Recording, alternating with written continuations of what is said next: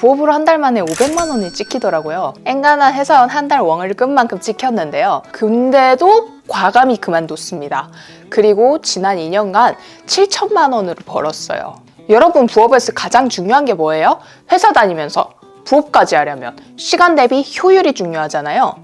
근데 원래 하던 방식대로 하시면 절대로 효율적일 수가 없어요. 저는 제가 를 알기 전으로 돌아가고 싶은 마음이 절대 없습니다. 다면서도 돈이 벌리는데 말이죠. 일주일에 2시간씩 발품 팔기 하고 하루 10만 원 이상을 버는 꼴인걸요? 안녕하세요. 재테크 가이드 스페이시입니다. 오늘은 부업에 대해서 얘기를 해볼 거예요. 아마 이 영상을 보러 오신 분들이라면 부업에 관심이 많으신 분들일 거예요. 재테크 채널을 운영하고 있지만 돈 자체에 관심이 많기 때문에 이것저것 안 해본 게 없어요. 저축도 열심히 했고요. 부업도 열심히 했고요. 작게 개인 사업도 하고 있고 재테크 역시도 열심히 하고 있습니다. 그 중에서도 부업은 가장 매력적으로 느끼실 거예요. 왜냐하면 저축, 사업, 재테크에 공통점이 있거든요. 그게 뭔지 아세요? 지금 당장 성과가 안 나올 수 있다는 겁니다. 저축 같은 경우도 지금 당장 몇 푼 모아서 이게 갑자기 1억, 2억, 3억, 10억 되는 거 아니거든요. 사업도 마찬가지예요. 초반에는 오히려 넣는 시간 대비 효율은 오히려 떨어질 수도 있어요. 재테크도 어때요? 지금 당장 삼성전자를 산다고 해서 오르는 것도 아니고 내가 집을 지금 당장 산다고 해서 언제 오를지 불확실성이 항상 존재하는 영역입니다. 하지만 부업 같은 경우는 내 직무에 연관된 것들이라면 내가 일하는 시간을 조금 늘리는 것만으로도 10만 원, 20만 원 이렇게 돈을 늘리는 게 어렵지 않다 보니까 많이들 매력적으로 느끼시는 것 같아요. 그래서 전부 다 경험해본 입장에서 부업의 장점 혹은 부업이 가지는 한계점까지 오늘 제가 경험한 썰을 한번 풀어드리려고 합니다. 여러분들도 한번 들어보시고 이런 것들을 먼저 알아두면 좋겠거나 하는 것들을 조금 알아가시는 계기가 되셨으면 좋겠습니다. 부업을 시작하시는 거 가만히 앉아있는 것보다 너무 좋죠. 하지만 시작하실 때 첫 번째 부업의 목표는 정하고 가셨으면 좋겠다는 생각이 있거든요. 그러니까 무엇을 위해서 부업을 하는가를 설정하지 않으면 사실 중간에 지치기가 굉장히 쉽습니다. 주변에 부업을 하시는 분들이 보니까 크게 두 종류가 있더라고요. 첫 번째 현실형입니다. 지금 당장 월세를 내야 되는데 빠듯하다. 주부지만 아이를 위해서 몇 푼이라도 더 벌어야겠다 하면서 부업 전선에 뛰어드시는 분도 있죠. 두 번째는 미래형입니다. 돈을 모아서 하고 싶은 사업, 재테크 혹은 하고 싶은 공부, 미래에 투자하고 싶으셔서 돈을 모으시는 경우도 있을 거예요. 저는 약간 전자와 후자를 섞은 케이스 같아요. 제가 부산 토박이였어요. 그래서 22살 때 올라와서 지금 30 될 때까지 한 8년간 서울에서 자리를 잡았는데 서울 살면서 가장 느낀 점이 월세가 너무 비싸다는 거였어요. 원룸 같은 걸 한번 구해보면 부산 같은 경우는 30에서 50 사이에서 월세를 구하면 굉장히 괜찮은 컨디션의 물건들이 많거든요. 투룸까지도 잘 찾으면 볼 수 있어요. 근데 어때요? 서울은 그런 물건들을 찾기가 쉽지 않죠. 당시 중소기업 다니던 제 입장에서는 이거 월세가 해결이 안 되면 돈 모으기가 쉽지 않겠다. 그럼 서울에서 자리 잡는 것이 문제가 생기겠다 이런 생각이 든 거죠. 그래서 고민을 했어요. 월세를 줄일 수는 없는데 그렇다면 내가 얼마나 더 벌 수 있을까 고민을 해봤거든요. 눈에 보이는 자료를 보고 싶어서 통계 사이트에 가서 3년간 인건비가 오르는 속도랑 집값이 오르는 속도를 비교를 해봤거든요. 지난 3년간 인건비가 오른 거는 한 달에 50만 원, 그러니까 1년 하면은 600만 원이 올랐는데요. 집값의 경우는 3년 동안 1억, 그러니까 1년에 3천만 원씩 오르더란 말입니다. 1년에 600을 더 벌 수 있는데 집값은 3천만 원 이상이 오른다고 하니까 이게 5배잖아요. 이런 상황에서 내가 한가하게 회사만 다닐 수는 없겠구나 이런 생각이 들었어요. 그래서 부업을 이제 시작을 했었는데요. 당장 몇십만 원 더 버니까 생활은 나아지고 삶의 활력도 생기더라고요. 실제로 저는 작년에 부업과 본업을 병행해서 500만 원까지 찍었습니다. 그리고 아주 한참 전에 회사는 그만둔 상태죠. 부업을 하시다 보면은 조금씩 욕심이 나실 거예요. 이거 잘하면은 회사를 안 다녀도 되겠는데? 부업만으로도 먹고 살 수 있겠는데? 하는 구간이 오거든요. 이때 부업으로 버는 돈을 높이기 위해서 여러 가지 시도를 하게 돼요. 부업의 규모를 늘리거나 건수를 많이 받거나 가격을 늘려서 더 벌고 싶어 해요. 근데 문제는 여기서 발생합니다. 우리가 부업에서 가장 중요한 효율이 떨어지기 시작해요. 일단 규모를 늘린다고 함은 외주 프리랜서라면은 내가 그냥 중소기업을 대상으로 했던 걸 뭐 대기업으로 넘어간다든가 공공기관으로 넘어간다던가 이런 체인지가 필요하겠죠. 근데 이때부터는 나 혼자 일을 다 할 수가 없어요. 협력자나 혹은 직원이 필요하게 되는데 이때부터 문제가 생기거든요. 돈은 컨트롤할 수 있어요. 나 자신은 어렵지만 컨트롤할 수 있어요. 하지만 사람을 컨트롤한다는 거 굉장히 리스크가 있고 어려운 일입니다. 이때부터 내가 하는 부업이 내 마음대로 돌아가지 않기 시작해요. 신경 쓸 일도 생기고요. 남한테 맡기는 거다 보니까 마음처럼 돌아가지 않는 일도 생기기 시작해요. 두 번째, 건수를 많이 밟는 겁니다. 이거 사람을 써보니까 이건 안 되겠다. 믿을 수 있는 내 자신을 갈아 넣어야겠다 해서 내가 받을 수 있는 부업의 건수를 늘리기 시작합니다. 그러면은 어떤 일이 생길까요? 그쵸.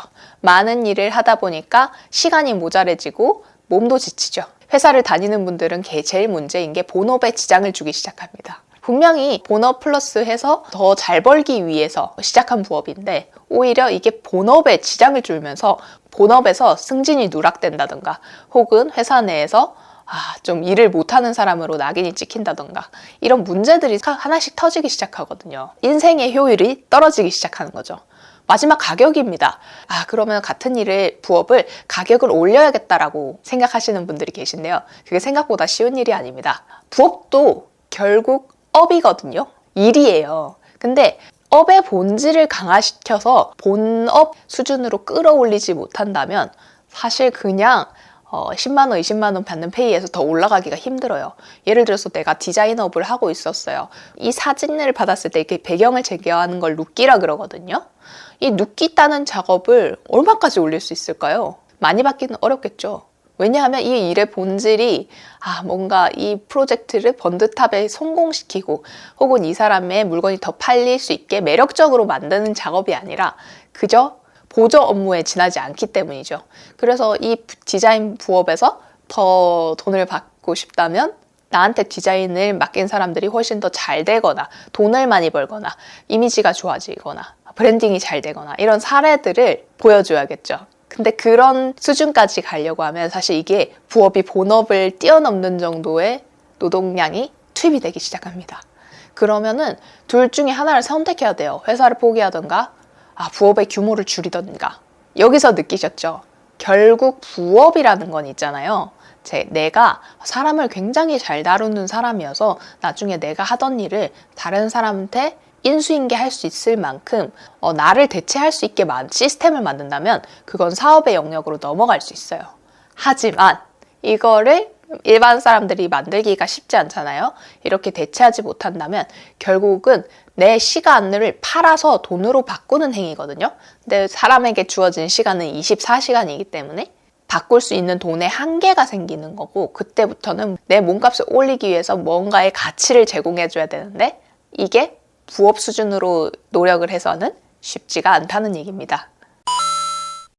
부업을 다 해보고 느낀 점이 하나 있다면 시간은 이꼴 돈이라는 겁니다. 진입 장벽 없이 들어갈 수 있는 쉬운 부업들은 엄청난 여러분에게 가치가 있어서 주는 작업이라기보단 여러분의 시간을 사는 작업일 가능성이 커요. 제가 아까 말했던 디자인 눕기 작업은 누구나 할 수 있는 거예요.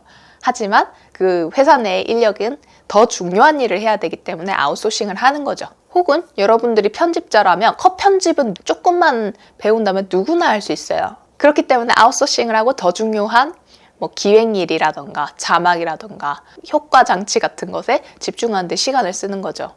결국 부업이라는 건 조금 듣기 불편하실 수 있지만 남한테 내 시간을 팔고 인생을 레버리지 당하는 거예요. 레버리지가 뭐예요? 남의 것을 가져와서 내 자산을 키우거나 내 능력을 키우는데 활용하는 지렛대 원리 같은 거잖아요. 내가 잘 활용한다면 내 인생을 더 낫게 만들 수 있지만 내 스스로 가치나 본질적인 사업에 영향을 가지고 있지 않은 상태에서 단순히 내 시간을 팔아서 하는 부업에 계속 열중하게 될 경우에는 사업체나 남한테 내 인생을 레버리지 해주는 거랑 같다고 생각해요. 결국 이 경험을 통해서 저는 시간은 돈이라는 것을 배웠고, 시간이 돈이라면 시간을 내 마음대로 쓸 수 있는 것이 진정한 부자고 진정한 자유겠구나 라는 생각이 들었어요. 그래서 나한테 부업을 넘겨주고 있는 업체들 혹은 다른 루트를 통해서 부자가 된 사람들의 스토리를 한번 계속 찾아보기 시작했거든요. 그러니까 공통적인 게 있었어요. 레버리지를 잘 이용하는 사람들은 결국 돈이 돈을 불러줄 수 있는 구조를 만드는 걸 먼저 하더라고요. 이게 사업일 수도 있고 재테크일 수도 있어요. 예를 들어서 외주 부업을 시작했다가 그게 괜찮아서 나는 글기획만 하고 외주는 몸값이 싼 디자이너한테 아웃소싱을 해줄 수 있겠죠.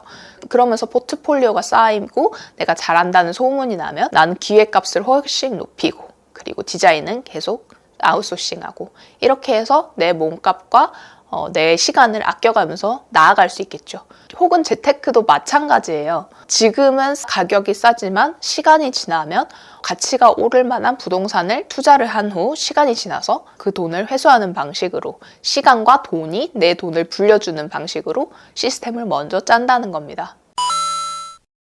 앞에서 집값이 3년에 1억 오른다고 얘기 드렸던 거 기억나세요? 자, 근데 여러분, 매출 1억짜리 기업을 3년 동안 만드는데 얼마나 노동력이 필요하실 것 같으세요? 순이익을 따지지 않고 매출만 생각해 볼게요. 매출 1억짜리 사업을 만들려면 월에 833만 원 이상을 벌어야 되고요. 예를 들어서 내가 5만 원짜리 화장품 하나를 판다고 하면 한 달에 166개를 팔아야 돼요. 근데 이거 팔려면 또 광고를 해야 될 거잖아요. 광고를 돌려서 보통 구매 전환율이 10% 나오면 진짜 잘 나온다고 얘기를 하거든요. 그러면은 166개를 팔게 만들기 위해서는 한 달에 1660명이 내 광고를 보게 만들어야 돼요. 그럼 이런 마케팅 능력이 있어야 될 거고요. 파는 상품도 좋아야 될 거고요. 이 사람들이 홈페이지에 들어왔을 때 상세 페이지도 잘 만들어야 될 거고요. CS도 잘해야 될 건데 이걸 혼자 혹은 팀을 꾸려서 만들어 가는 게 쉽지 않을 거예요. 3년 안에 이걸 할 수 있는 사람이 제 생각에 많지는 않을 것 같습니다. 그래서 평범한 사람들이 할 수 있는 것들은 재테크 그리고 부동산인 것 같아요. 재테크하면 사실 생각나는 게 주식이랑 부동산이잖아요. 근데 왜 부동산을 권하냐? 인생에서 효율이 중요하다고 얘기를 드렸잖아요. 같은 성과를 올려도 주식과 부동산은 수익 자체가 달라요.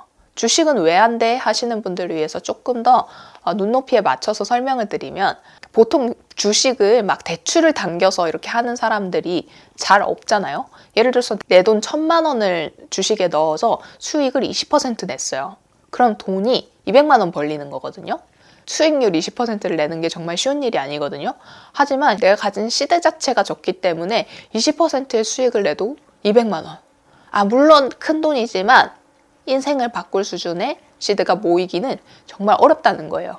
근데 부동산 같은 경우는 좀 다를 수 있거든요. 예를 들어서 보통 투자하는 아파트 같은 경우를 생각해보면, 아파트를 한 4억짜리를 산다고 해서 내 돈을 4억을 다 넣는 사람은 잘 없거든요. 보통 한 2억 정도를 내 돈 준비하고 2억 빌려서 4억짜리 집을 사요. 그래서 이 집이 20% 올랐어요. 주식 1,000만 원을 넣어서 20% 하면 200만 원이지만 4억짜리 아파트를 사서 20%를 하면 8천만 원이에요. 자, 200은 인생을 바꿀 정도의 시드가 되지 못하지만 2년 정도 기다려서 8천만 원이 생긴다면 이건 굉장히 해볼 만한 베팅이죠. 그래서 내가 사업에 재질이 있는 사람이 아니라고 한다면 재테크 중에서는 부동산을 권해드리는 이유가 이런 부분이에요. 실제 제 개인 사례를 말씀드리면, 조금씩 일을 해서 모이는 돈을 가지고 인천에 있는 신축 아파트를 하나 매수를 했었어요. 그때 시드가 1,800만 원으로 시작을 했던 것 같아요. 그리고 그 아파트가 그때는 3억 6천 정도 됐거든요. 2년이 지나서 이번 연도 5월에 이 친구를 매도를 했는데, 그때 당시의 가격이 4억 3천이었습니다. 총 7천만 원 정도의 수익을 올린 거죠. 어때요? 앞에서 말한 예시랑 거의 비슷한 수준으로 수익이 많이 났죠. 부동산 재테크를 하기 위해서 하루에 공부 한 20분 정도 하고 발품 팔러 다니고 이런 기간이 있었어요. 하지만 이거를 한번 시간 단위로 계산을 해보니까 제가 일주일에 한 2시간씩 발품 팔고 공부하는 데 쏟았더니 2년 동안 7천만 원을 벌었잖아요. 이건 시간 단위로 환산해보니까 하루에 한 10만 원을 버는 꼴이 되더라고요. 에이, 일하면 하루에 10만 원 버는 부업 많아요. 이렇게 얘기하실 수도 있어요. 하지만 부업은 시작을 하면 내가 계속 몸을 쓰고 노력을 하고 내 시간을 갈아 넣어야 되잖아요. 근데 2년간 생긴 7천만 원이란 돈은 제가 매수를 한 후에 아무런 신경을 쓰지 않아도 시간만 보내고 잠만 자도 들어오는 돈이었거든요. 그동안 저는 더 중요한 제 커리어를 닦는 일에 집중을 할 수 있었고요. 지금은 요 시드를 바탕으로 해서 경기도에 신혼집도 하나 매수해서 마련을 해서 되게 안정적으로 제 커리어를 굴려가고 있는 중입니다.